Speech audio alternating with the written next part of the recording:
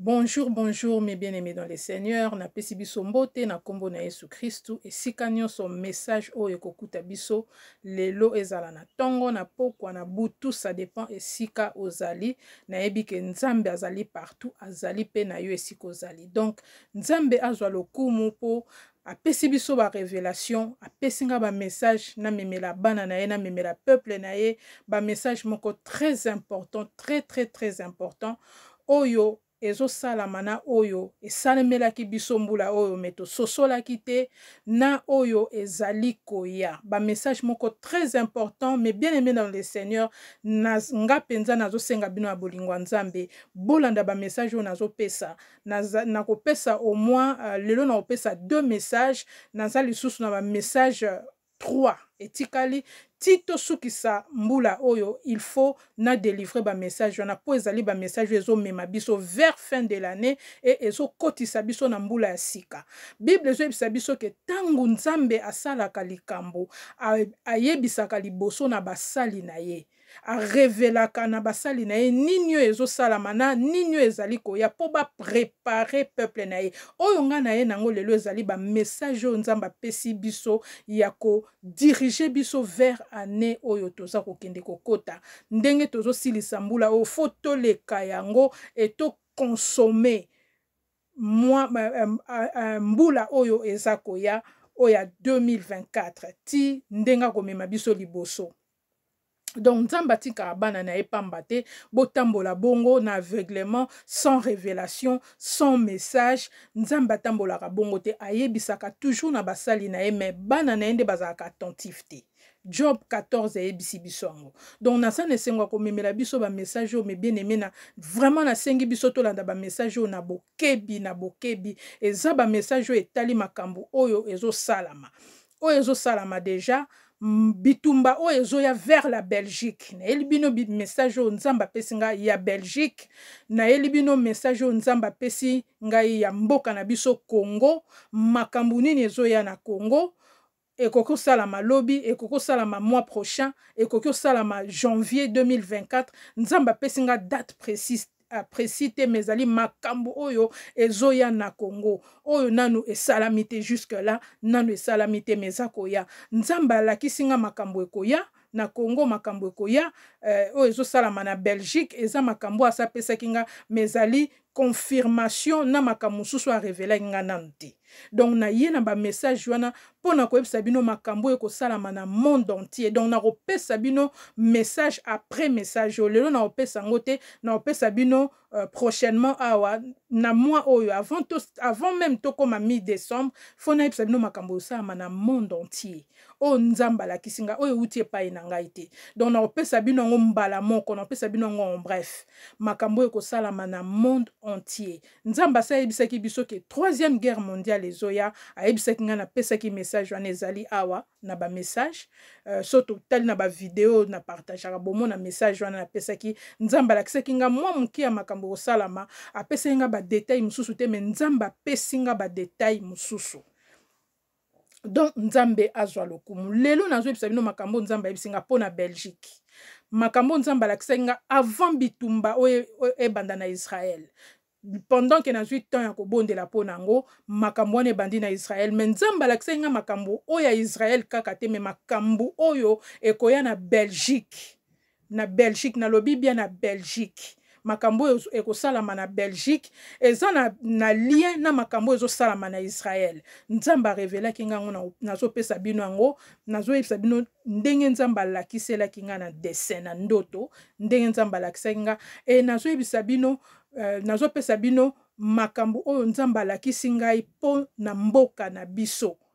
Soki espace ekozala lisusu na kozala na temps na kopesa bino message ya direction oyo Nzambe alakisi nga po nde toza boye, mais bien aimé dans le Seigneur, toza déjà na direction oyo tozolanda, mais batu bayebi yango te.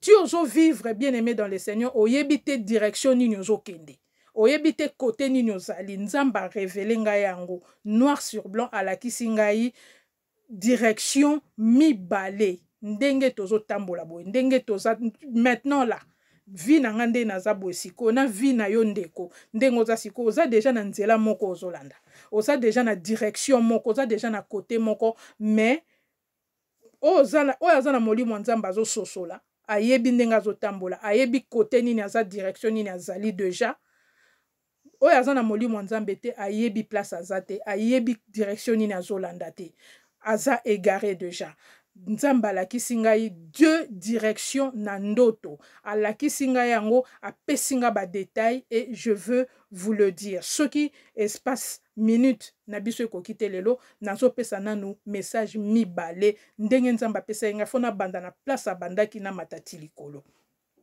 donc tika nzambe azwa lokumu apambola bana na ye bandeko na nga nyonso basali ya nzambe napesi bino mbote na kombo na Yesu bana na nzambe napesi bino mbote na kombo na Yesu Kristu peuple ya nzambe pe po bana nzambe bazali peuple ya nzambe pe azali napesi bino pe mbote na kombo na Yesu Kristu tika azwa lokumu apambola bino esika nyonso tu bozali natiki ngonga o na maboko na Yesu Kristu abatela ngai azipa nga na makila na ye abatela pe bana na ye nyonso bazolanda message oyo bako partager yango pona ko sauver ba âme pona ko yebisa bango makanisi ya nzambe na biso nzamba mona bango amona mutu nyonso to ko partager apambola ye na kombo na Yesu Kristu parce qu'il voit tout c'est un Dieu qui ne dort pas qui ne somnole jamais lisu na ezaka toujours polele po na komona bana na ye il a l'œil sur tout le monde entier donc azwa lokumu to bandi na Yesu Kristu to kosilisa na Yesu Kristu amen na koti na message mes bien-aimés dans le Seigneur na so pesa bino ndoto nzamba la singa ya liboso sur makambo nini ekosalama makambo nini ba Belge bazo telemisa ezali makambo oyo bitumba oyo ba Belge bakei ko lukobimisa selon ndenge nzambe a lakisi ngai mais eza makambo oyo ekomama po tokokota na makomi eza makambo oyo nzambe asalobelaki biso alobelaki ngai alakisi nga mapesa nga ba précision nyonso te c'est ce que je dis Dieu il montre comme il veut petit à petit alakisa ngai te ke Belgique na makambo alakisi ngai ya 3e guerre mondiale makambo nini Belge akosala mais sikoyo na makasi ne na bolingo na ye a révélé ngai alors na koti na liboso na message ya Belgique nzamba azolakisa ngai Belgique alakisi nga Belgique par leur drapeau donc nzamba a utilisé ba drapeau po alakisa ngai makambo nini ezosalama donc tango alakisi nga ba drapeau wana après j'étais obligé quand même le quoi Saint-Esprit apesa nga déjà révélation na ba kombo na vérifier ba drapeau wana et na komona que oui effectivement makambo nzamba ebisinga drapeau wana lobaki eza Belgique c'est la Belgique donc a utiliser ba drapeau pour la kisanga mboka donc nzamba zo la kisanga drapeau ya Belgique ezotambola drapeau ya Belgique ezui makolo ezotambola nzambe na bonzambe ne alaksinga drapeau ya Belgique ezotambola et drapeau wana ekei ti ekomi na mboka moko ntango ekomi na mboka wana ezwi ekuti drapeau ya mboka wana mais drapeau ya mboka wana elakisaki ngai oyo nzambe azolakisa nga ezalaki drapeau ya Israël donc le nzambe alakisi nga drapeau wana alobi na nga Israël et quand j'ai vérifié c'était le même drapeau ya Israël na étoile wana ezalaka na ya bleu blanc oyo ezalaka na drapeau ya Israël alors nzamba alakisi ngai Belgique akei eloko nga na komprenaki te atombo drapeau ya Belgique etomboli drapeau wana ya Israël tango etomboli drapeau wana ya Israël bitumba moko ebandi de tous les environs ya mboka Israël et Belgique a se retrouvé na kati alors bitumba moko ebimi ya kosakana te bitumba wana drapeau ya Belgique ezongi mais bitumba wana elandi drapeau ya Belgique et na sutuki na pongi nzamba azoyebisa ngai boye clairement que Belgique akoti na conflit ya bitumba oyo ya Israël soki bitumba ebimi na Belgique bitumba wana eza po ekomamaki mais il faut ezala na nzela moko ekobimela eza puisque Belgique ake kotia zolo na ye na makambo ya Israël. Alors Israël Palestine, alors na kati ya kotia maboko ne na kati zolo ne na makambo na bango ekozongisela ye ba retour ekobimisela Belgique bitumba. Donc ezaki vraiment clair ndenge nzamba laksenga vraiment nde balaksaka mwana ezaki vraiment clair. Donc Belgique tant nzamba zo ebisanga na Belgique Belgique so nzamba laksi biso Belgique tant ozozwa temps ya kosambela tant nazwi temps ya kosambela depuis nzamba pesa nga message wana tant nazwi temps ya kosambela na lobi bieza avant bitumba banda na Israël juste une semaine avant je pense. Donc tant nzamba zo laksa bongo l'air makamone salami enga nazwi temps ya kosambela tuni pourquoi Belgique na kati po bitumbeza ya Israël na Palestine nde nzamba zo ebisanga lobi. C'est parce que Belgique, nous d'abord Belgique, y est mon côté Belgique, et ça Union européenne. Belgique a représenté Union, a représenté Europe mobimba. Siège na bango, il y a Union européenne, et ça na Belgique. Donc et ça les cambo et kota la bango nyon surtout. Et ça moukie. Makambo na lakisa kiyo oyo ko salama. Ba conflit nyon soana, et ça le quoi ba osale konzo. Ekonzo ya bitumba ekonzo ya bakanda ndenge na okaka bandeko na ngai oyo ba lekaka mingi na ba réseaux sociaux balobaka rando ezali kanda ya mukie eza makambo ya mike oyo bazozwa oyo Russie asazwaki bango nango oyo Israël azwi donc ba conflit nyonso makambo tango eko éclater eza makambo bakanda oyo bazobomba mike enzamba lakisinga part ya Belgique alakisinga bitumba ndenge bimi na Belgique batonta eza nyonso tu bakanda oyo ya mike bazobomba na nango na motema oyo akoteli oyo akoti likambo oyo kuna moni oyo asangani na oyo. C'est comme ça que ça va se passer. Bitumba na bango nyonso tu eza ba rancune ya makambo nyonso to bazosala. Alors Belgique a se retrouvé na kati. Alors na tant na moni makambo ne bandaki alakisinga yango neti une semaine après na moni bitumbe bandi na Israël. Alors ngana lobi nzambe azanzambe yemo kamuta ebi nyonso aza souverain azwa lokumu abatela biso bana na ye. Alors esa makambo biso bana nzambe to kanga misu te. Tout ça la semblante le quoi tozo moi tant tozo na ba distraction makambo minene zo salama et puis makambo minene za na nzela e ko surprendre biso bitumba ona e ko zala effectivement bitumba ona to linga te il faut ezala. Troisième guerre mondiale il faut ezala. Et bombo e ko silisa guerre mondiale wana ya misato e uta na Afrique waneza elo msusu message msusu na bombeli biso biso mto sisa biso Afrique mtesisa guerre wana mais kozala troisième guerre mondiale et kozala donc message nzamba pesinga pona Belgique ngwana bande ko totika ba distraction toza na temps moko ya mabe et nazo yebisa biso toza tellement na distraction que bazo lekela biso na bato ya molili bazo lekela na bana nzambe puisque bana nzambe mingi baza dans la distraction peuple nzambe bazo benga peuple ne baza dans la distraction. Alors na koti na message ya mibale bandiko boyoka makambo nzambe alakisinga ntango nazoloba bato toza na distraction ya monene boyoka makambo nzambe alakisinga mpo na Congo. Mes frères et sœurs nalingi tozala attentif tolamuka tolongwa na distraction ton eza mabe toko perdre bomoi toko perdre ebele mpo na bamisusu ekokoma trop tard. Nzambe alakisinga nini mpo na Congo? Nzamba azolakisa ngai c'était quelle date? C'était ngana komaka na koma nyonso. C'était le 24 octobre hein? Ezaki le 24 octobre ya mois passé.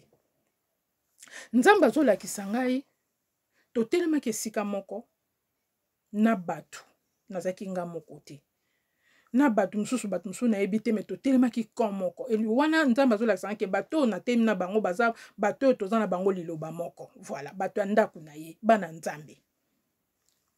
Alors tomoni bus moko munene ezoya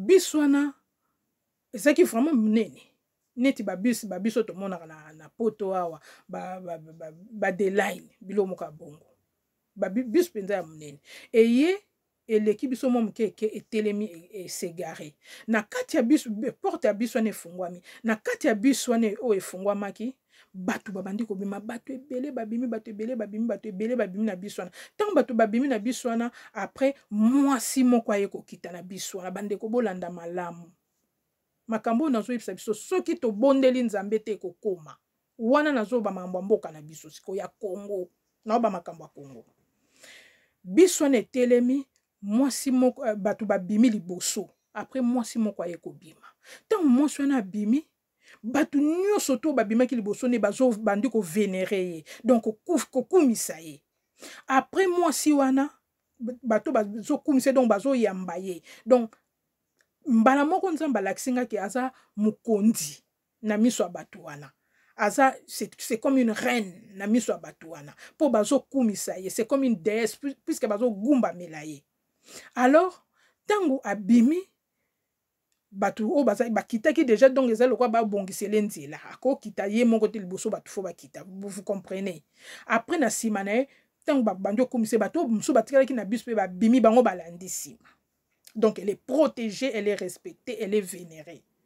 Après, tant bakiti bango nyonso bato bakite ko na kati ya batune babandi ko landa batu nyonso to bazaki pembeni ko kanga bango. Babandi ko landa na bato musu batelemaki pembeni nanga. Bakangi batu mususu na kati wana. Tant bakangi batu musu na kati wana, mwana nanga moko tozaki ne pembeni bakangi na batu wana, batu a mwasi wana. Donc ba exécuter ba ordre na ye tango bakangi bato na bakangi na mwana oya azaki na kati na mwana nanga bakei na bango bakotisi bango na bisu wana siko ngai na bato musu to telemaki wana ngana lobi non to okende pai moko te bato bakoti na kati ya photo libérer bango mwana nanga paza na kati wana il faut na libérer bato nyonso bazaki pembeni nanga mutazo ko sala patenga na kei na ndoto na kei na ke ti liboso ya biso na moni mwasi yango abimi na bato pembeni na ye na ke liboso na ye na telemi na affronter mwasi wana na komi na bandi ko yebisa mwasi wana il faut obimiselanga mwana nanga na ye kozwa mwana nanga nazo yebisa mwasi wana ndenge wana tango nazo bane na kanda nyonso nazo yebisa bimisa mwana nanga mbala molenga nazo loba na ye nazo réclamer bimisa mwana nanga mwasi wana mbala moko abandi ko solisanga abandi ko neti ko kitisanga motema chose bizarre abandi ko kitisanga motema abandi ko loba nanga maloba moko ya sukali maloba moko donc on dit mateke yimta kangi batu yimta privé batu na liberté na bango poko kanga batu bongo ko enlever batu na eza ko privé batu na liberté bango na bango eza ko enlever batu na makasi eza esprit moko ya rébellion eza esprit moko mabe déjà esprit moko contre nzambe contre bonzambe après makambo bandio loba na ngana ba acte ya salisina oya zoloba c'était deux personnes différentes moi si wana nzamba laksinga silhouette na ye. Donc, ce que je veux dire par là, à la Xingai, taille ya nzoto na ye, aza mwasi moko nzoto mikie, suki mikuse, mais longi na ye nzamba brouye yango, e ngana koyiko yebisa bino yango te. Nzamba brouye yango po ngana loba yango te. Mais na moni taille ya nzoto ne, na moni suki na ye, na moni taille ne aza mokie. Nzoto mikie, taille normale, nzoto suki mikuse. Moi si ya congolaise une femme africaine pona ni na lobi congolaise tango ngana bandi ko loba na ye nazo loba ne pesa mwana na ngai non makambo zo loba na ngai nyonso wana ça m'intéresse pas na lingo bimisa mwana na ngai okange na kati ya bato no kotisi faut pesa mwana na ngai na bandi ko ganga nazo loba nazo gangela mwasi wana mais ngati nazo loba ne mwasi wana azo loba mongongo na se azo loba maloba kitoko nazo comprendre donc azo lingo tromper ngai azo lingo embrouiller ngai. Et boyebi eloko mwasi wana sali tinga nazo continue ko réclamer bimisa mwana nanga mwasi wana bengi batu bazaki pembeni ayebisi bango ba pesanga mbongo ba pesanga ba bien mwasi wana linga corrompre ngai Batu pe bazaki batuni bazaki pembeni baye na biloko baye na bambongo bapesanga. Donc bapesanga po ngai na ndima mbongo na teka na tikela ye mwana nanga. Donc na teka mwana nanga pona mbongo. Na teka mwana nanga pona ba bien oyo ye akabelaki ngai. Bato na ler balinga bilo na bi mais moi je suis à normal te. Ngai je ne marche pas comme ça. Nga ba corrompa nga te nga na ye kozwa mwana nanga. Mais bien aimé dans le Seigneur, pour Nzamba l'accent que moi je suis naza congolaise, mes frères et sœurs, moi je suis na bandi koloba chiluba. Abandi koloba nanga na chiluba. Abandi koloba chiluba, lobi nanga na chiluba, lobi nanga na chiluba. Tangwa sisi koloba nanga na chiluba. Mes frères et sœurs, ngai na loba chiluba moki. Ya bibamba, ya ko bamba. Nga nazaka 50 muluba. 50 bandundu. Mais comme baluba ba laksa bana bango lang na yebi mo chiluba muke oya ko bamba wana. Na yebi nanga chiluba te. Mais chilubo na komo loba na motiona na ndoto. Na yebi place e utaite. Ya on a lobi Babel, tour de Babel, ezande biso e utake pa na biso. Moi nzambe na biso a laksinga ke chiluba ayebi ango. Moi sona bandi ko loba nanga na chiluba. Ezaki teke po nga na yo kaka chiluba ndam po akore pe koloba nanga na kibandundu. Akore pe koloba nanga na kibandundu. Mais alobi poni chiluba. Po nzamba laksanga ke appartenance à moi sona eza muluba ou po laksanga ke moi sona za congolaise. Moi c'est que j'ai compris que moi c'est une congolaise. Abandio lobananga zo lobananga na chiluba nga pe na bandi ko répondre na chiluba ya correct. Tangu na lobine ya lobi na ndimi biloko ya pesinga te na ebise ke na boy makamu nyonso ya proposer nga na mes frères et sœurs na zui makasi moko na pusi mwasi yango pembeni. Tangu na pusi pembeni mbala moko na moni na mwa musika mwana nanga deja satelemaki wana. Na tie loboko nanga na bendi mwana nanga. Tangu na bendi mwana nanga mes frères et sœurs, moi nanga nzoka zoko kasuko tambola te. Azoko kasuko bouger maboko malamu te. Donc moi nanga akomaki na eta moko il faut to mema eko mema. Na bandi ko tuna nini qu'est-ce qui s'est passé? Ndenge nini na remarqué que azana ba pota na makolo na ba pied, azana ba pota na maboko awa et azana pota moko awa na kingo. Donc na ba pied na maboko na awa na kingo. Mes frères et sœurs, ce qui est significatif. Na ope sabino discernement ya ndoto oyo. Alors, nzamba azola kisanga makamoko ya bikamo azwa lokumu. Alors, na zui mwana nanga na eta wana. Na zui, nazaki tellement choqué. Na zui mwana na bendie. Mwasi wana, oyo akangaki wana, reine wana, azoko kasuko bougete, atelemi azotala ngai.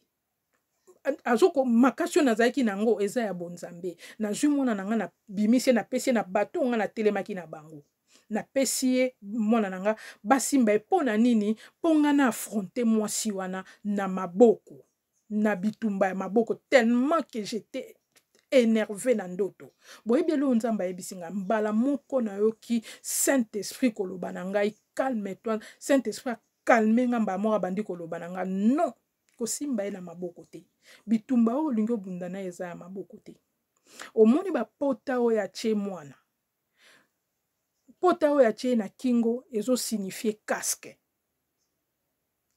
ya protection pota o ya che na makolo na ba pied ezo signifier sapato ya évangile maboko oyo akati mwana na yo ezo signifier misala mettre en pratique nyonso wana eza ba protection ya nzambe oyo mwana zalaki na ngoti na ebite so bolandinga malamu nzamba zoloba na ngai bitumba wana eza ya Ephésiens 6 pona ni ya Ephésiens 6 po effectivement bazobongisa mwasi moko aya na Congo bazobongisa mwasi mususu nzamba lakisa nga mwasi moko Ça fait des années. Nasina loba makambo moi a plusieurs fois. Siko nzamba zo bisangai tala mabongisi na bango. O balingi ba contredire volonté ya nzambe bango pe ba bimisi mwasi mususu. Bazo tinda balingi ba tinda mwasi mususu. Mais mwasi donc ça fait deux femmes. Ça fait deux femmes to confondre un message. Et ce que je vous dis bato bachaka tembe. Vous allez voir ça de vos yeux. Makam nazo loba nazo confirmer, nazo lobango avec confirmation. Yanga mona confirmer makambo tata lobi nanga po nazwi temps ya kobondela nango. Po nzamba lakisa nga mwasi moko plusieurs fois. Mwasi o yatindi. Oyo ako longola pasi nyonso d'abord ako sukola makam nyonso avant makambo nzambe alobi esalama. Avant mikondi nyonso mukonzi oyo aponaki aya nzamba ponaki mwasi moko. Sikoyo bango pe baponi mwasi moko. Mais mwasi wana oyo azoya ndenge na ibisi bino siko mwasi wana za antichrist en personne.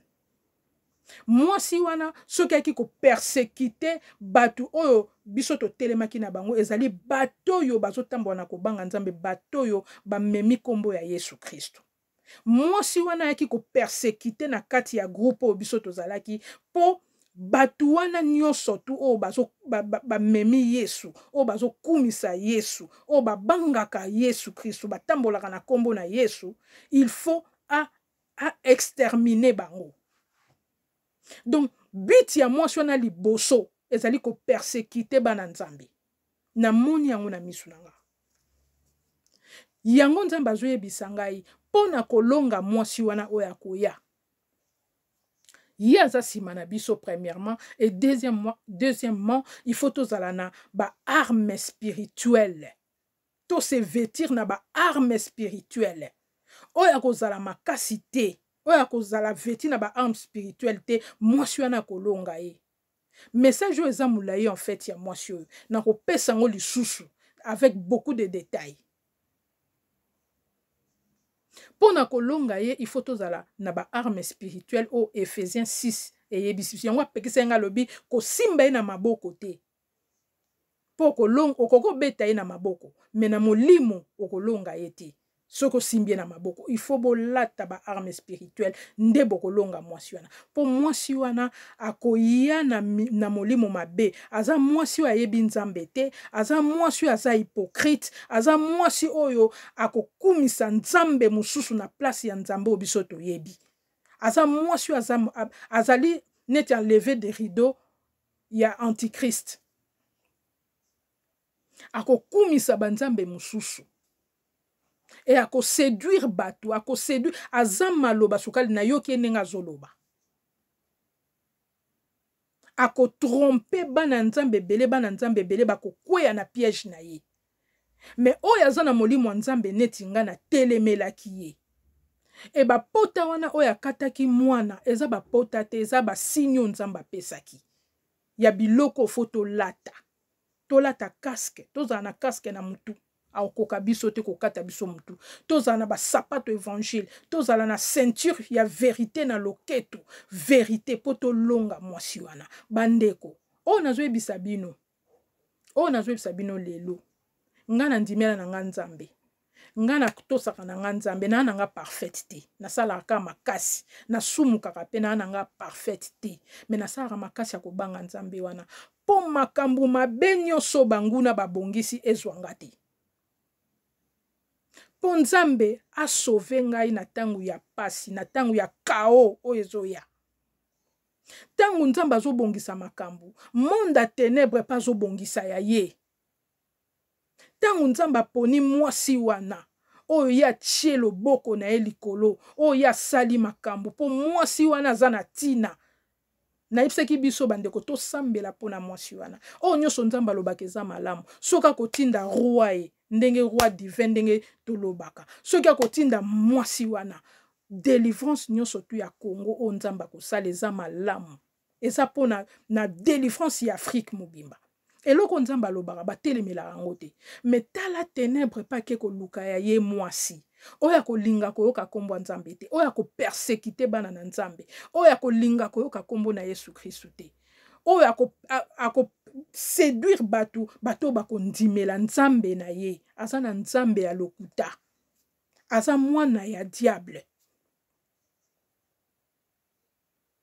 Message au mosusu nazolinga na pesa ba verset nyonso ba verset biblique nyonso ozo lakisa biso ke soko ondimeli nzambe te ondimeli Yesu te ozali pe na pesi biso ka moko 1 Jean 4 2 à 3. Si un esprit ne reconnaît pas que Jésus-Christ est le Messie, n'est pas de Dieu. Donc ce qui mutandimeli Yesu te aza ya nzambe te. Bible mutebisi biso bongo. Et nga naza na témoignage ya kombo na Yesu, makasi ya kombo ya Yesu Christ. O nga na ndimela. Ça c'est moi. Et na yebi makambo nzambe azosala na bomoi na ngai. Nazo tambola na kotosa nazo mona makambo na pas à pas kokende. Na koyela bino message oyo nzamba la kisinga après ya mwasi oyo esilité. Esilité na kopesa bino continuité na kopesa biso ba détail précis. Eza makambo oyo ekoya na Congo. Une deuxième femme est préparée dans le ténèbre na batama be bato tozo mona ba onyoko la biso wana ba bongisi mwasi moko ba komise makasi na Congo. Je vous dis oya ko persécuter bana na nzambe akomema bato ebele na moto na lifelo po tangu ba biso bana na nzambe na makasi ya nzambe na biso tanga ko longola e bato nyonso ba oza sima na e ba oza perdu ba perdre ba âme na bango. Ce serait pour un petit temps. Bisengwa tangu mokie. Makam na bisa biso eza vrai. Makam mama dasa loba ezara ya solo. Soki tondimite tozo kende tozo pusana, nous verrons tout s'accomplir. O ebele na loba ki nyonso ezoko kisama. Na ose la biso récapitulatif ya makambo yo na ebisa ki bino makama mboka na biso. To fungola misu malamu na makam na loba tozo mona ngozoko kisama. Donc tika tata nzambe azwa lokumu nazoya ko continuer ko pesa message ya direction makam nzamba lobi nanga po la direction nzamba lakisinga place na kende alakisinga malaksi bana na enyos nga nazo pesa direction nzamba pesi biso kota lakisinga nini nzamba lakisinga nini nzamba pesinga na makambu oyo ko ya na mbula oyo zoya tozo kende na jugement tozo tambola déjà dans le jugement de Dieu mais batebele ba ebite ke tozo tambola na jugement. Nous sommes dans le jugement de Dieu. Tous autres déjà à côté. Donc nzamba pesa un message moko très fort na koya na ngona pesa bana na nzambe o bazo bayoka o bazana molimo nzambe bayoka makambu molimo azoloba parce que c'est poussé par l'esprit que les hommes ont parlé de la part du Seigneur. Tika tata nzamba pambola binobo partager ba message yo na bana mboka nyonso bana Congo nyonso tout to partager message yo na bandeko to yoka ngo attentivement to bondela bondela ndeko po nzambe alakisa yo asosolisa yo makambo alobi. C'est très sérieux. Mama dasa banga nzambe inventaka ba message te nga naza nani nga na lali na nga nzambe yo kolakisanga alobi na nga mema yebisa na bana na nga yango na sali na tosi nzambe na tosaka na boy na bima Jonas. Donc voilà nzamba pambola bino soki Yesu Kristo azongi na minute tozo kende te na zozonga na ba message oyo na pesa o etikali po bana na nzambe bazwa direction bafungola misu ba makambo ezoya makambo grave ezoya o musuto komona ngo penza na misu nzambe akumisama e apambola bino. À très bientôt mes bien-aimés dans le Seigneur. Au revoir.